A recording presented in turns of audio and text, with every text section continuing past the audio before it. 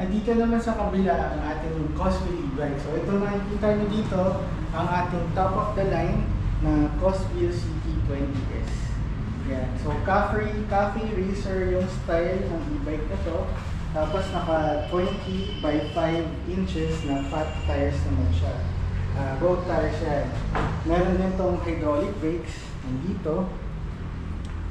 Tapos naka dual suspension din siya. Full suspension siya sa harap tsaka sa likod. Yan. Yung kanyang motor power naman is 1,500 watts. Rated power, yung peak power naman niya is 2,500.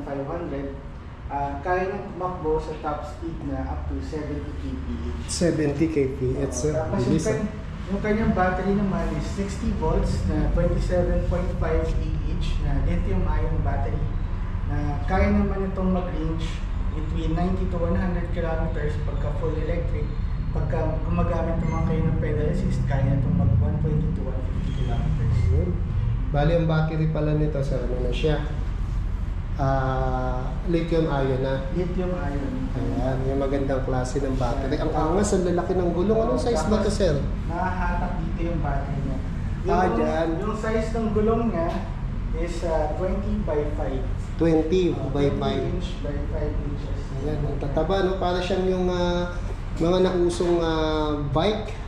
Oo, yes. Fat bike ba yun? Fat tire bike. Fat bike tire. Ayan, fat bike tire. Ayan. Sir, ano to? Bali, ito yung pinaka niya, battery niya. Ito yung pinaka-battery. Nasa- Natago dito sa loob. So, papakita natin kung paano tanggalin. Ayan. So, pwede nyo siyang i-charge nang hindi tinatanggal yung battery. Yan. So, sasaksak nyo dito yung charger kasi sasaksak nyo sa 220. Oo. Pero, pwede nyo rin siyang tanggalin. So, kung nag-o-opisina kayo, or nasa bahay, magsa-charge kayo pag uwi. So, pwede nyo hugutin dito yung battery. Ayun, gahila lang. Ganito yung kanyang battery. Haba, no? So, sir, pwede pala ipasok sa loob ng bahay yan. Oo, pwede ipasok sa Tapos bahay. doon i-charge. Oo, please doon i-charge. Ayan, saan naman sinasaksak, sir? Ito, itong ibabaw. Dito. Ito yung charging port niya. So, meron siyang okay. charger dito. Tapos isasaksak niyo dito sa... Ayun, sa 220 na siya. Ayan. Kaya kung mag-lowbat kayo, alam ba, nag-office kayo, hindi nyo kailangan namanap na extension. Ayan, pinapasok na siya kung paano pinidemo niya. Ayan. Ayan, oh. Napakadali lang pala. Hindi kayo ganong mahirapan. Pwede nyo sa office nyo mismo ipasok. Kung ano tingin nyo, maglo-lowbat kayo. Ano ba ilaw nito, sir? Naka-ano siya. Halogen din ba to? Naka-LED. LED na siya. Tapos meron siya daytime running lights. Ayan, ang angas ng forma. So ito, meron siya signal lights. Left and right na. Lakas din ng busina. Yan, naka-on yung ilaw niya. Yan. Ayun. Naka-off yung ilaw niya. Pwede dim light, highlight. Yan. Tapos pwede rin siyang kapitan ng side mirror dito. Ayan, sa magkabila. Ayun na yung Tapos, naka-thumb throttle naman siya. Ito yung throttle niya. Ayun, oh. Lakas, oh. Ang angas, yung tunog ka lang, eh. Halaka mo ng malakas yung atak. CT20s to, sir. CT20S. Ayan, Ayan, so kung CT20S. naghahanap kayo ng medyo matulin-tulin na pedal assist na bike. So bike pa rin talaga siya. Pero may electric motor siya. Naghahanap kayo ng medyo malakas. No, itong CT20S yung bagay sa inyo. So kung maglobat siya, pwedeng i-pedal yan. Pwede siyang ipigat, pwede siyang ipedal yan. So pakita rin natin na kung paano yung pedal assist niya. So pag yung pedal assist niya, pagka pinedal nyo, tutulak yung motor. Okay. Ganun. So ganun nag-work ang pedal assist. So pipedal lang kayo ng konti, tapos gagana na yung motor niya. Ang galing, oh. May assist na rin ulit. Kumbaga, yung throttle nyo, yun na yung pedal. Galing.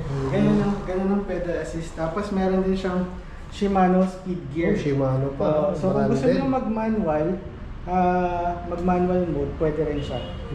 So meron siyang manual, pedal assist, tsaka full electric mode. Ayos, kompleto na pala. Tapos dito naman nakikita, sir, ang cute naman ng ano. Ito naman yung kanyang meter, no? Yung panel. No? So Panel dito niya. makikita yung speed mode niya. So speed mode 5, 4, 3, 2, 1, no? So 1 yung pinakamabagal, 5 yung pinakamabilis. So pagka nasa speed mode 5 siya, tatakbo na siya ng mga 70 kilometers per hour. Ayun, talaga ng gulong, no? Saka ang forma ng dating. Actually, yung maganda dito, Boss Edwin, since medyo malaki siya, yung mga nagbabike talaga, pagka ginamit nyo siya sa daan, kitang-kita nyo yung ano, kasi medyo mataas kayo. Tama. Medyo mataas siya. yung clearance ninyo. Mm. Tapos, mabilis siya. So, parang hindi rin kayo medyo mag-aano, hindi rin kayo masyado mag-bully kasi mabilis yung takbo niya kung gusto nyo mag-full electric. Ayan, sir, ang kategory nito L1B rin. L1B. L1B. Ano ulit sabi mo? Legally, gano'n? Ano? Bike lane legal.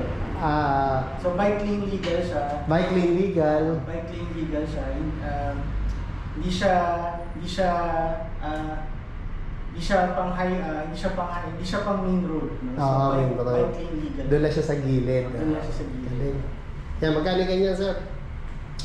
Yung price naman nito is 145,000 pero since naka-year end sale tayo, may less 20,000 pesos tayo. Wow, 125.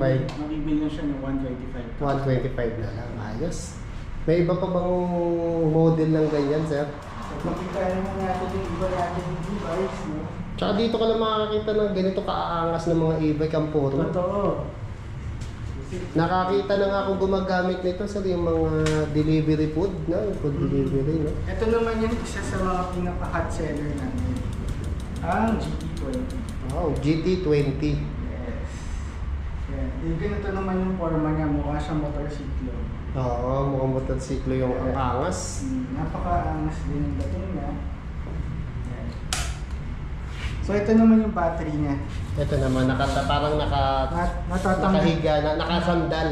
Natatanggal din yung battery niya. Kung itong isa dihilang nakahiga, ito nakasandal naman. Yan.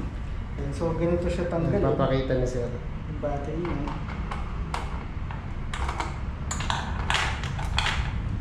Kagandaan nito mga ganitong e-bike sir, no?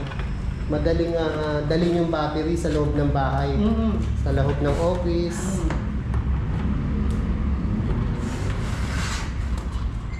Yan. Yun, no? Tingnan mo. Ganda, ang cute, oh. Diba? Pwede mo na Pwede dalhin. niya siya dalhin sa office, pwede siya dalhin sa bahay, pwede niyo doon i-charge. Hindi na yung ilalapit mo pa sa outlet.